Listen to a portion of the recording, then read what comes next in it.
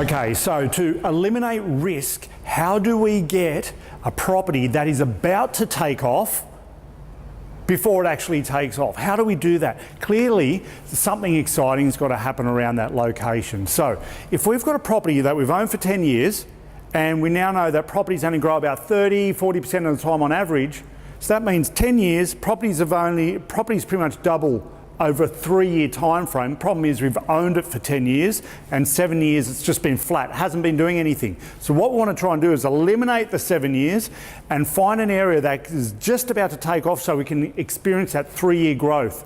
Now, it's not saying that a location will just keep on growing continuously. It doesn't work that way. But if we can get in a location, eliminate the 7 years, try and get in up close as possible, could be 6 months out, that doesn't matter, and get into a location where we're going to start stimulating growth over a short period of time, over the next year, 2 years, 3 years, then we can tap straight into that equity and go into the next best location where that's also in its infancy and about to take off. And so you're always continuously in a growth phase, and that is going to help you accelerate your path to achieving your goals that you want in the next 10 years or 15 years or whatever that may be. Instead of just buying a property, okay, I'm now in the property market, I'm waiting 7–8 years, I still haven't got any growth, and then suddenly it booms for 3 years and you've doubled your money. You can make a lot of money in that short period of time frame, and we want to get in there and get up there to stimulate that growth as fast as we possibly can. So clearly something's got to be happening in an area to stimulate the growth. I'm going to go into a little exercise afterwards, but first I want to go through this slide. Now I'm going to bring this slide up now, and this slide has a whole lot of different reasons with why a location would be stimulated and would enjoy strong capital growth in a short period of time frame. So let me paint an environment for you. Let's say we've got a location, people have been living there for, I don't know, 100 years, it's got a university, it's got healthcare, it's very well established, you've got hundreds and hundreds of thousands of people living there, and now you want to get 5 of these things and stick them into this sleepy place where properties weren't growing. So you wouldn't invest in this location because properties, they just weren't stimulated in any way, but you could choose 5 of these things on this list, put them into this area and get some really good strong capital growth in the short term, medium term and long term as well. What 5 would you choose? Now a lot of people would come through, they'll choose their 5 and I'd say fantastic, you choose those 5. Now you've got a lot of things on this list, and then I'd say, well, what if you could choose half of anything on these 2 lists? What would you choose? Because if you've got those 5, now I know that you can put a freeway doesn't even need to go in, but it can be announced. For example, the M2 in Sydney was announced, and that it wasn't even in yet, and Baulkham Hills in the western suburbs shot up $100,000 in 12 months, just because it got announced, and now it's got easy access straight into the city. So one item can have a massive impact on a location's growth. So choose 5 of those that will give you absolute confidence that you'll get some really good growth in the short term, medium term and long term as well. But we want to stimulate that growth as fast as we possibly can, right? So then you choose 5 and go, yeah, look, I'll be pretty confident, but I could possibly still be sitting on the fence as well. I'll probably want some more because it's all about eliminating risk, right? So then what if you could choose half of anything on those 2 lists to stimulate the growth, to get some good strong capital growth for your investment? Because you're here to build a property investment portfolio. You want to be in a position where you're confident, 100% confident that you're going to get some good growth, right? So what would you choose if you could choose anything on the half of those 2 lists? Now, the third question is this: what if you could have everything? What if you could have anything on those 2 lists, all of it? Now, let me paint the picture. What if you had the government coming in spending billions of dollars into an area, and it created absolute certainty, no doubt, because the government was spending billions of dollars into an area, you had private companies coming in spending billions of dollars into the area. And that created jobs. Because there were so many jobs, they needed more people to migrate into the area. It created population migration. Because there were so many jobs, there wasn't enough people moving in, the government gave an incentive for people to move to an area. We'll pay you to come and move to this location because you need more jobs. There was was huge business parks opening up, government spending billions of dollars on infrastructure, freeways, electricity, water expansion. You had lifestyle cafe society. You had tourism, not tourism like the Gold Coast. That stuff was written on the walls a long time ago with what happened in the Gold Coast. But wouldn't this be an amazing, beautiful place to live? Railway links expanding, serious town planning, transportation, low unemployment, high incomes. If people on high incomes, they can pay high rents, high prices for properties if you ever decide to sell it. Mining and gas. You do not ever want to be investing in a mining and gas town. That's like dabbling in the share market, but in properties. But there's a science that you need to understand with mining and gas that can really help you accelerate and make an impact as well, that you can leverage.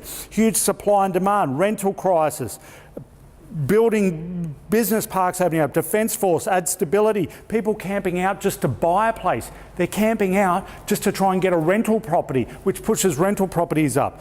Healthcare, spending hundreds of millions of dollars, long-term sustainability. Now, if you had all of these things going on in an area that was a boring area and you wouldn't want to invest there because the property market was just flat, and suddenly they got and put all of these things into an area, do you think you'd get some pretty good growth, yes or no? Of course you would. It's a no-brainer. The location that I have found ticks every single one of these boxes on that list. And that is the number one location in the whole of Australia at a price point between 300,000 and 500,000. Because what you'll find, at that price point, there's only one best location.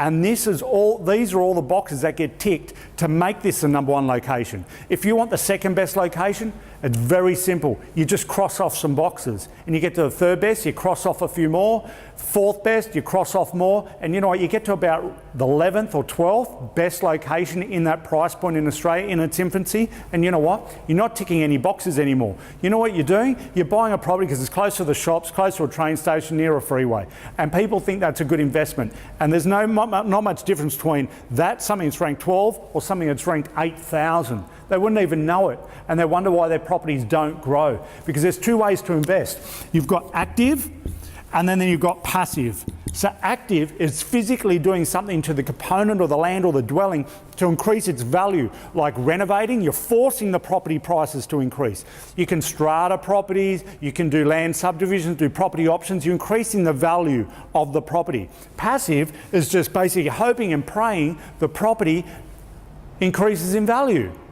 And that's what way most investors invest. They pretty much do that, right? They just hope and pray the property markets, and they'll just sit there and wonder why the property's not doing anything, and they'll blame the property, they'll blame the location, and you know what? It's got nothing to do with the location, it's got nothing to do with the property, it's them. They made that decision and they put too much risk in that property, but they didn't know any other way. Why didn't they know any other way? Because they probably look at it and look at all these other investors and they're all doing the same thing, and they think that's the only way you do it because they haven't been taught another way of doing it. What we're doing is, yes, we're buying a brand new property, a brand new house and land property, right? There's a whole lot of reasons why you want to be doing that as well.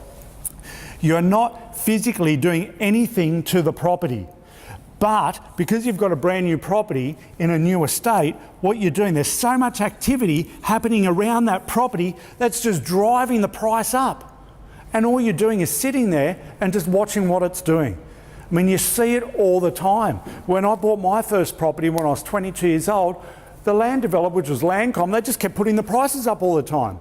That's called price-controlled subdivisions. Every month, the property was going up $20,000, $10,000, $15,000. I wasn't doing anything to it. I was just enjoying the ride. And there's a science. They don't all do it, only some do it. The ones that do it only do it sometimes. But there's a science to it, and you need to understand it. So when you're ticking all these boxes, what it does is it eliminates risk when you tick all these points. And you want as many as you possibly can, because that's every box that you don't tick is more risk in your portfolio, and that's less stimulation for property growth. This is a critical component. I spend a lot of money on due diligence, researching the whole of Australia, and it's literally like playing a game of chess, because what's hot now does not mean it's hot in 3 years' time. But what you want to do is get in and enjoy the ride for the next 3-4 years, and then the next location, and that's the best way to do property investing. And it just makes sense. It's just eliminating risk. You're not just sitting there going, yeah, I bought a property and whatever it does, it does. Whatever the market does, that's how my property is going to perform. You're relying on external factors, which is high risk. You need to have some sort of control over it, and then whatever the market does on top of that is a bonus. And then you're on good stead for a good, strong property investment portfolio.